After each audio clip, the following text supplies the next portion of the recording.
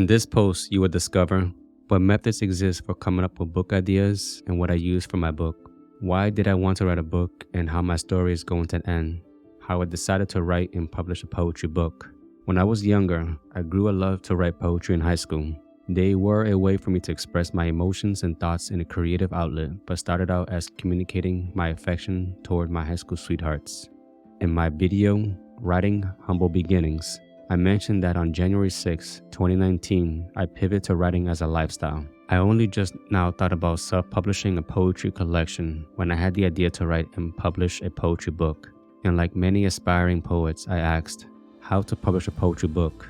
So, to save you the trouble, do not get bogged down with the whole publishing process. First, focus on the idea you want to share. When I'm intrigued with an idea, I explore it with zeal as a litmus test to determine whether what I'm passionate about it as a hobby or pursue as a business.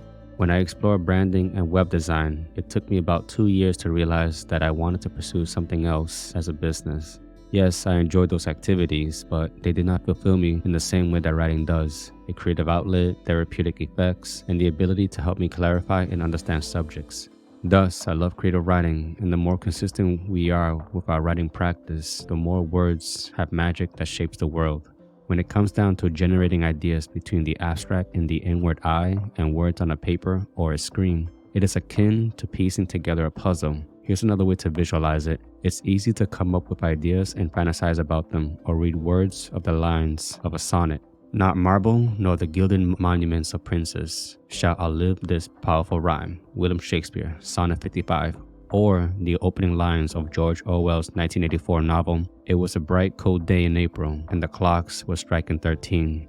Then suggest to yourself, I can dream up something just as good or better. As you mull over it and put pen to paper or fingertips to keys, you're smashed with writer's block and recognize the insecurity of overestimating your ability. All you produce was a third of words or no words at all. This realization should normally humble the writer and result in a fervent search to unravel what separates decent ideas from precious ideas. Visualizing words from ideas isn't easy, yet this enigma has its beauty in piecing together the amalgamation of fleeting thoughts, capturing the potential from chaos and manifesting into reality. As the cliche goes, ideas are cheap, execution is everything, or in my own words, ideas are better than nothing, deliberate practice is everything. When I was sifting through my archives of written work, I didn't know where to start or how to pursue the publishing process. For almost a decade, I had this one story idea I shared with a close friend that could end up as a novel series. I was overwhelmed by this prospect. How can I produce such large volumes of words as an amateur writer? This is especially true in a reasonable time frame where I'm not intimidated by the scope of the undertaking. I pulled from an archive of writings I had stored since high school, glossed over them, and then organized the type of literature by genre. When I was finally done, I had enough poems to publish 4 to 5 poetry books and a couple of short story collections. For my sanity, I decided to start with a less wordy book to help gain momentum and gradually build up to writing a novel of 70 to 120,000 words. I assumed it would be a breeze with a poetry book of fewer than 20,000 words, and boy, I was wrong. I'll delve into another topic about the challenges in producing a poetry book. I'll say one thing, it's not prose. As Samuel Taylor Coleridge puts it succinctly, prose, words in their best order, poetry, the best words in the best order. Consider what you already have to identify and start your first book, whether it's stored in a notebook, DVD, or a common theme shared on social media posts. As for what message I wanted to convey in a poetry book, I had some idea. Still, thankfully, I had an existing collection of poems with similarities. I aggregated them by their theme, and these poems consisted of being in love, pining, heartbreak, the love of life, and the power of love by its effect on us, good and bad. These would fall under the overarching theme of love and decide how to arrange the collection later. I had to reinvent some poems later in that book's writing to make them fit within the collection. As I read through each poem more deliberately to set up their arrangement, there was in essence a message I grasped enough to extract a list of words or phrases from each one that helped establish the idea of what each poem is about. A lot of these poems were muddled by time, as many were over a decade old, and having a faint memory of the context I wrote them under. Furthermore, I adapted several poems or stories to align with inspirational sources throughout the book's revision process. In addition, I made best efforts to stay true to the essence of the poem. For instance, I drew inspiration from the story of Venus and Adonis in Ovid's Metamorphoses and William Shakespeare's adaptation to craft my own style of that story's account. While writing the book, the ideation process never stopped. It served as a stew pot of ingredients I cooked slowly to enhance its flavors. There are many ways to generate ideas for your poem. Still, I suggest beginning with a list of words or phrases or drawing inspiration from various subtle sources, whether in real life or from media like movies, books, or poems. Then write it down as soon as possible.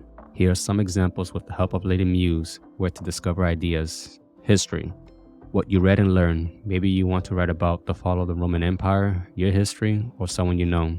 Emotion. What emotion, feeling is powerfully evoked in what context and pervades our life, often enough to warrant scrutiny. Location. Where are you looking? Are you looking at people in a cafe, on a seat in the park, or nearby ducks swimming in the lake? Or are you looking at things in your home? Phrases. Watching a movie, reading a novel or poem, and a particular word sticks out as the impetus for something later. Philosophy. You could ask and address what is good, true, and real. Why we are meaning-seeking beings, which can help you navigate life's decisions and expand your point of view through a narrative or deliberate contemplation as you map it out. Psychology.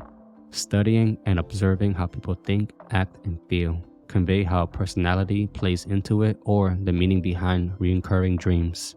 Mythology. Creation and end-of-world myths. How sacred stories still resonate with us today, mainly present in today's books such as the Harry Potter series, alludes to many mythos through symbolism and the like. Myths explore mysteries, they do not explain them. Themes. For example, playing a narrative video game and discovering the overall theme that recurs in the play through symbolism, motifs, or a hero's journey in which they conquer their inner demons about the human condition and bring back the elixir of life. Narrative. Presentation or interpretation of a scenario or series of events that advocates for a specific worldview. Writing prompts. There is an array of prompts you can find online to kickstart a project, especially for those moments of writer's block. Serendipity. Inspiration born from drifting. Journaling. Sometimes unexpected reflection about life strikes an idea. Market research. Write something about what people want more of or combine two disparate genres to pioneer something new. There are a few more ways to brainstorm or receive inspiration, but what's important is you have methods for noting these ideas before they flee from your psyche. In my case, I use Evernote, Google Docs, or a notepad to take down notes, and when I don't have access to these, I jot them down on a sticky note. Sometimes I find myself struck with inspiration in the middle of the night. I quickly jot it down on a piece of paper because we should never take for granted something that serves as an excellent source for our writing and, more importantly, for our lives. The gist. It's the first step on how to publish a poetry book, and poetry publishing begins with an idea and results in a published book.